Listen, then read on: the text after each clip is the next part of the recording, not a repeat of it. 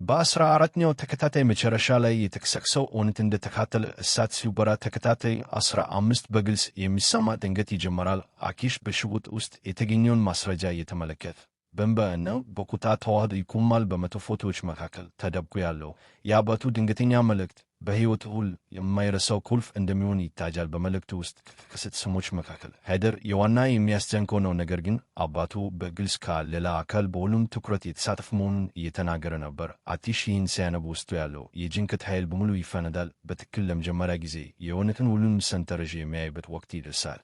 ይህን ጊዜ ሚሳይ በእንባ ተንጠልጣል። በሐሳቷ ውስጥ እየተሳሳተች ታይታለች። በረጅም ጊዜ ምስጢር ያስቀመጠችው እውነት እንደሚፈነጠቅ ትቆጥባለች። ይህ ምስጢር ሕይወትን ለመቀነስ የሚያደርጉት ቁልፍ ነው። ሃይደር የአኪሽ ቤተሰብ ገዳይ የሆነ አይደለም የሚለው እውነት በቁም ነገር ሌላ የተሰወረ አካል ይገኛል። ይህም ሁሉን የገዛ እጅ መንቀሳቀስ የሚችል ሰው እንደነበር ይታያል። ሚሳይ ይህንን የተከሳከሰ እውነት ለመናገር በቁጣ ይታገቻል፣ ግን የእጅ ፍርሃት ይጨምራል። እሱ እንደሚከተለው በሌላ በኩል ሃይደር የነርስ ታሪክ በቁልፍ እንደሚለወጥ ይስማማል። በዘመናዊ ዓለም ሲታይ ውስጥ በትኩረት ተያይዞ የሚናገር ነገር አለው። ለረጅም ጊዜ ተደብቆ ያለውን የጉዞ ሊገለጥ እሱ በተመራው ሁኔታ የተሳተፈው ግን ያለው አካል እንዲሁ አይደለም ያለውን እንዲያሳይ ይጀምራል። በማለትም በእሱ ላይ የታሰረው ክታት በእውነት ሰት መሆኑን በመግለጽ ይታያል። በመጨረሻ አኪሽ ይህን ሁሉ ሲያይ ውስጡ የሚገኙት ስሜቶች በሙሉ ተቀምጠው ይታያሉ።